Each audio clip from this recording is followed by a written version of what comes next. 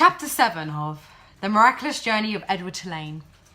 He told himself that Abilene would come and find him. She was certain to. This, Edward thought, is much like waiting for Abilene to come home from school. I will pretend that I'm sitting in the dining room of the house on Egypt Street, waiting for the little hand to move to 3 and the big hand to land on 12. If only I had my watch, then I would know for sure. But it doesn't matter. She will be here soon, very soon. Hours passed, then days, then weeks, then months.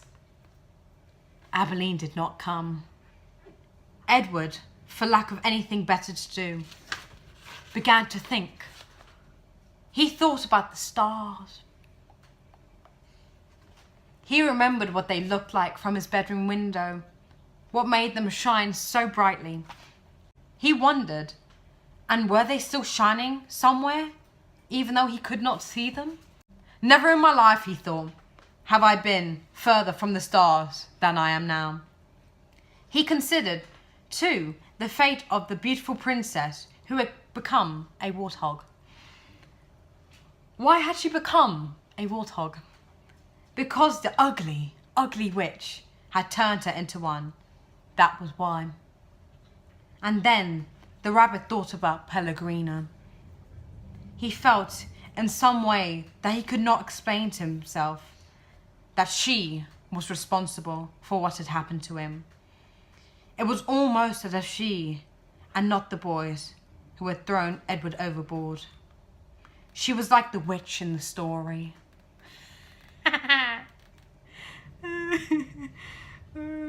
No, she was the witch in the story.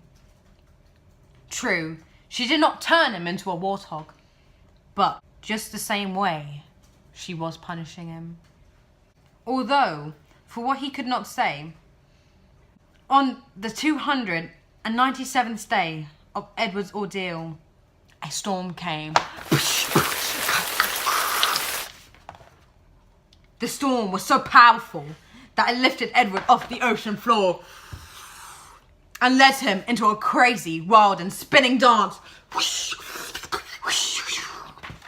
The water pummeled him and lifted him up and shoved him back down. Help! Thought Edward. The storm, in its ferocity, actually flung him all the way out of the sea. And the rabbit glimpsed, for a moment, the light of an angry and bruised sky. The wind rushed through his ears. It sounded like Pellegrina laughing. But before he had time to appreciate being above water, he was tossed back down into the depths, up and down, back and forth, then back and forth, then back and forth, until the storm wore itself out. And Edward saw that he was beginning, again, his slow descent to the ocean floor. Oh, help me, he thought. I can't go back. Help me. But still, down he went. Down, down, down, down. And then suddenly, the great wide net of a fisherman reached out and grabbed the rabbit. The net lifted him higher and higher until there were almost an unbearable explosion of light, and Edward was back to the world. Lying on the deck of a ship, surrounded by fish. What is this?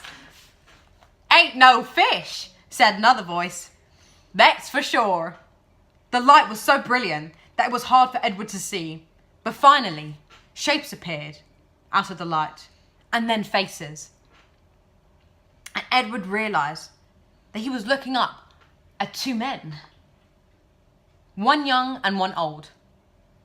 He bent and picked up Edward and held him by his front paws, considering him. A rabbit, I reckon. It's got whiskers and the rabbit ears. Oh, the shape of a rabbit ear, at least. Yeah, sure, a rabbit toy, said the younger man, and he turned away. I'll take it home to Nellie. her fix it up and set it to rights. Give it to some child. The old man placed Edward carefully on a crate, positioning him so that he was sitting up and could see out at the sea. Edward appreciated the courtesy of the small gesture, but he was heartily sick of the ocean and would have been satisfied never to set eyes upon it again. "There you go," said the old man. As they made their way back to shore, Edward felt the sun in his face and the wind blowing. Felt the wind blowing through the little bit of fur he had left on his ears. And something filled his chest. A wonderful feeling. He was glad to be alive. "Look at that rabbit," the old man said. "Looks like it's enjoying the ride, don't it?" "Yep," said the young man. In fact, Edward Tulane was so happy to be back among the living that he did not even take umbrage at being referred to as it. Chapter 8. On the land, the old fisherman stopped to light a pipe. And then, with the pipe clenched between his teeth, he walked home, carrying Edward atop his left shoulder, as if he were a conquering hero. The fisherman balanced him there, placing a calloused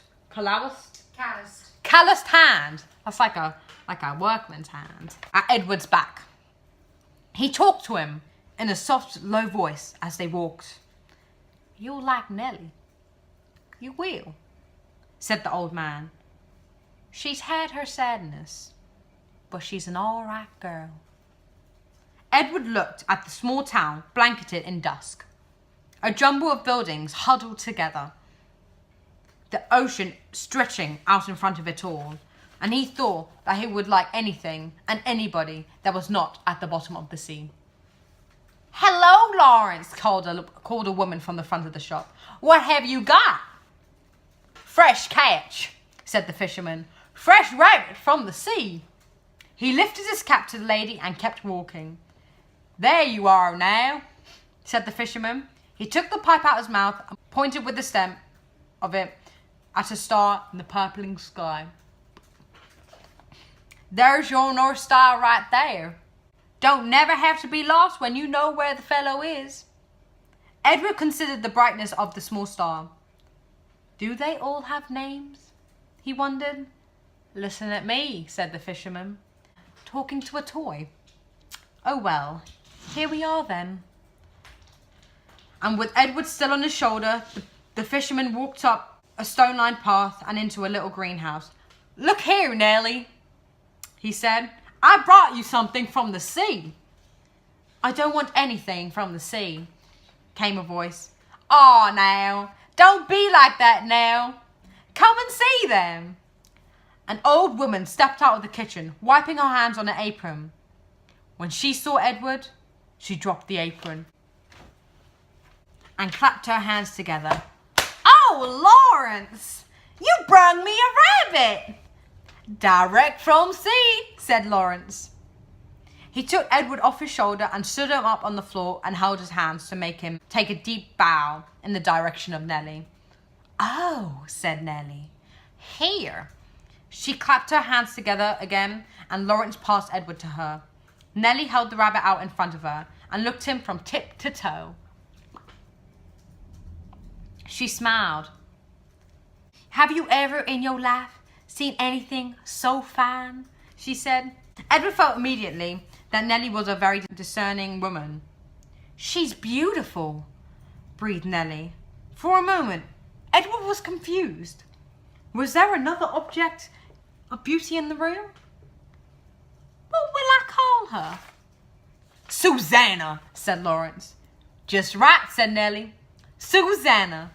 She looked deep into Edward's eyes. "First off, Susanna will need some clothes, won't she?" And that's the end of chapter 8. That was the miraculous journey of Edward Tulane. Yeah.